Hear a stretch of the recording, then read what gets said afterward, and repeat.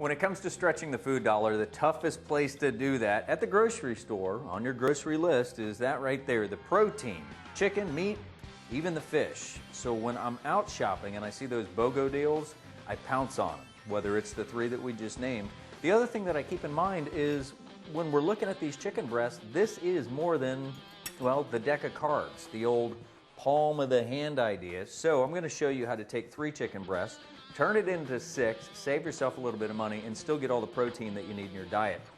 First thing we'll do is we'll start off with our nice clean cutting board and one of our chicken breasts. Cindy, when it comes to chicken and or any protein, she likes it sketch free. So that means taking off the bits here where you got the fat that's left over, even all the way down to where the keel bone would attach, where it still has some of that fat on it. Peel that out and move it out of the way. And speaking of keel bone, always double check. Yeah, there's a little bit right there. Sometimes when these things are being cleaned in the processing houses, they may leave some of that keel bone. And that's that cartilage that separates the breast in the chicken, you know, kind of up around the wing bone area. Neck bone's connected to the wing bone, I believe, in a chicken. But anyway, we clean it up, and then here's what we do. With a nice sharp knife, sharp being the key words here, most people get injured from dull knives versus that of sharp knives. I'm going to remove that little piece of fat. But here's what you do. We're going to take it and right down, starting at the fat end, and we're just going to slice this breast into, voila, 2 breasts. Now we have 2 that are still about the same size as the palm of your hand, so you get 2 good protein sources, or 2 good protein portions right there. And not only that, what was $10 for 3 now seems a little bit more reasonable at, well, $4.99, and at least you're getting 6. Since we got a little extra time, here's what we're going to do. We'll do a couple of flavors when it comes to the chicken. This one's going to be more of a south of the border. So basically you've got a little chili powder. I've also got some cumin. I love cumin, as well as some garlic powder. And it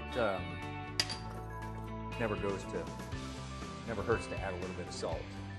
The other ones, I'm just going to do a real easy, traditional, more of a provincial, kind of a, we'll call it French country type, so we'll hit it with some salt.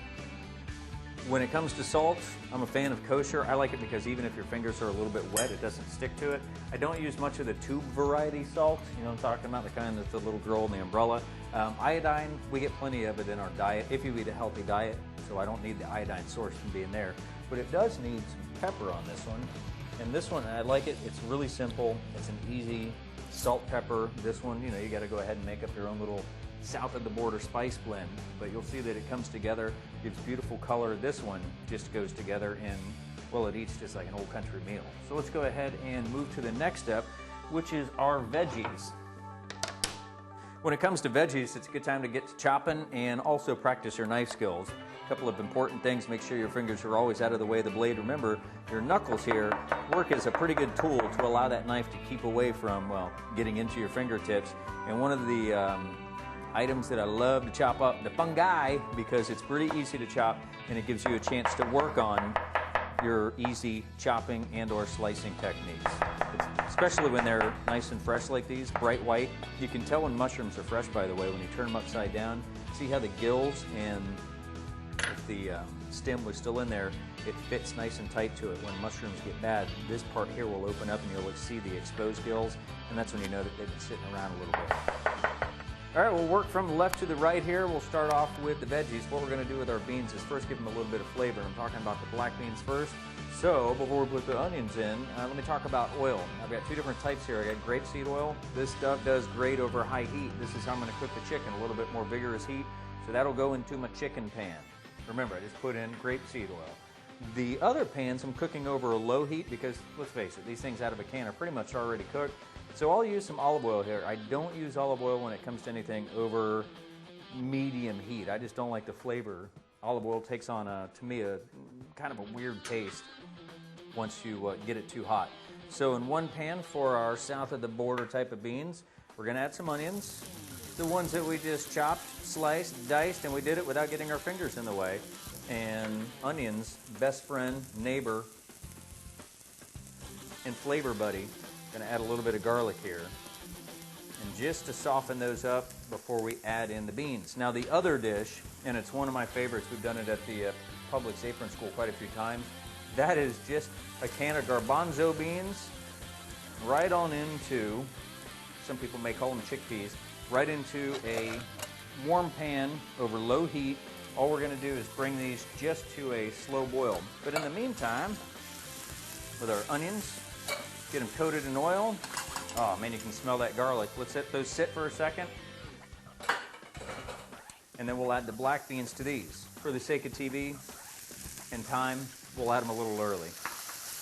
And we're not going to season these yet. We'll season them at the end because they've been soaking in that solution, so they're already a little bit of salt on them. All right, now back to our chicken pan. That's what I want. I want nice heat coming off of it. And we're going to cook both our provincial and our south of the border chicken in the same pan. So I want to go with the one, if you're doing it this way at home, I want to go with the one that's got the least amount of the pungent flavor. So I'm just talking about the one here with the salt and pepper. But whenever you're putting something in a pan that's got oil in it, especially a hot pan with oil, one of the tips, lay it away from you. So start by laying it down and away. The reason being, if I was to drop this and let it flop toward me, it has the potential to also push that oil over the edge of the pan and then on me. So let's put it down and lay it away. All right, with our chicken breast, golden, delicious, more importantly, cooked very quickly. We'll pull this off the pan. We're going to leave the drippings in there. Now, if this was really French, instead of using a fat-free and low-sodium chicken broth, we would be using something like a white wine and butter. But instead, what we're going to do here is we're going to deglaze the pan just with the chicken broth. Starting our little bit of a pan seasoning here. And then I want to go ahead and add some onion. I'm going to let that go in there because it's going to help to suck up some of that flavor. Onions absorb right up. And you know what else will absorb that flavor? The mushrooms. We're going to throw those in and soften them both over a medium heat. But in the meantime, these we're going to give a little special attention to. And I love it because the can, almost like it comes pre-made to do what we're going to do here. And that is turn our garbanzo beans into a little faux taters. So instead of going heavy on the potatoes, which also usually end up getting cream and butter, this is just going to come out of the can like it is.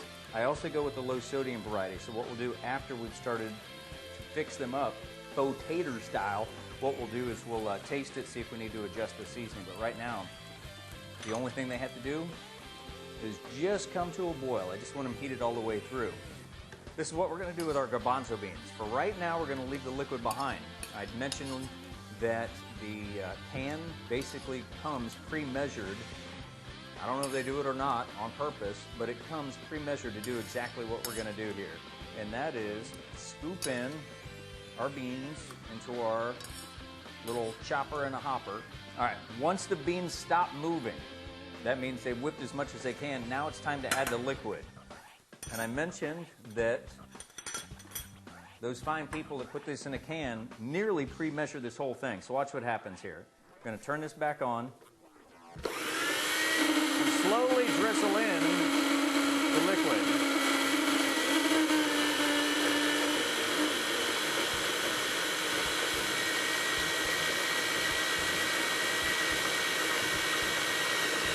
That right there is it. Aside from maybe about a tablespoon of that liquid being left over, these things are good to go. Let's taste it here, see? Actually, that's awesome. Maybe just a little bit of pepper. Again, it goes to your liking. My dad's one of those types of people that when you put the food down, the first thing he does is salt it before he tastes it. And that's okay. All right, let's go ahead and put this one together.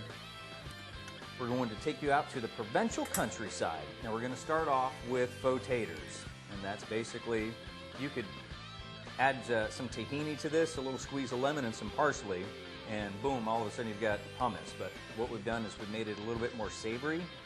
So now we have faux taters. And we're going to take our, there we go, sauteed onions and mushrooms. We're going to put those on top, along with a little bit of that liquid that was left over in the pan, and our chicken breasts.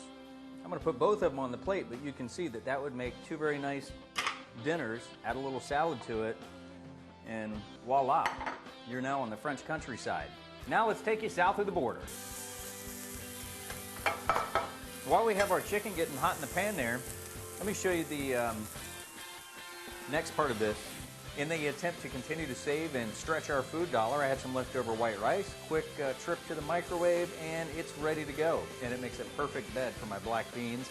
And then on top of that, we've got our seasoned south of the border chicken in a nice healthy, full of the good fat, and it goes so great with those spicy flavors, a nice ripe avocado. 4 meals out of 2 chicken breasts, and we're still doing it for about $4 to $5 a plate. When it comes to trying to help you stretch your food dollar, adding a little bit of culinary nonsense along the way, I think they ain't none better.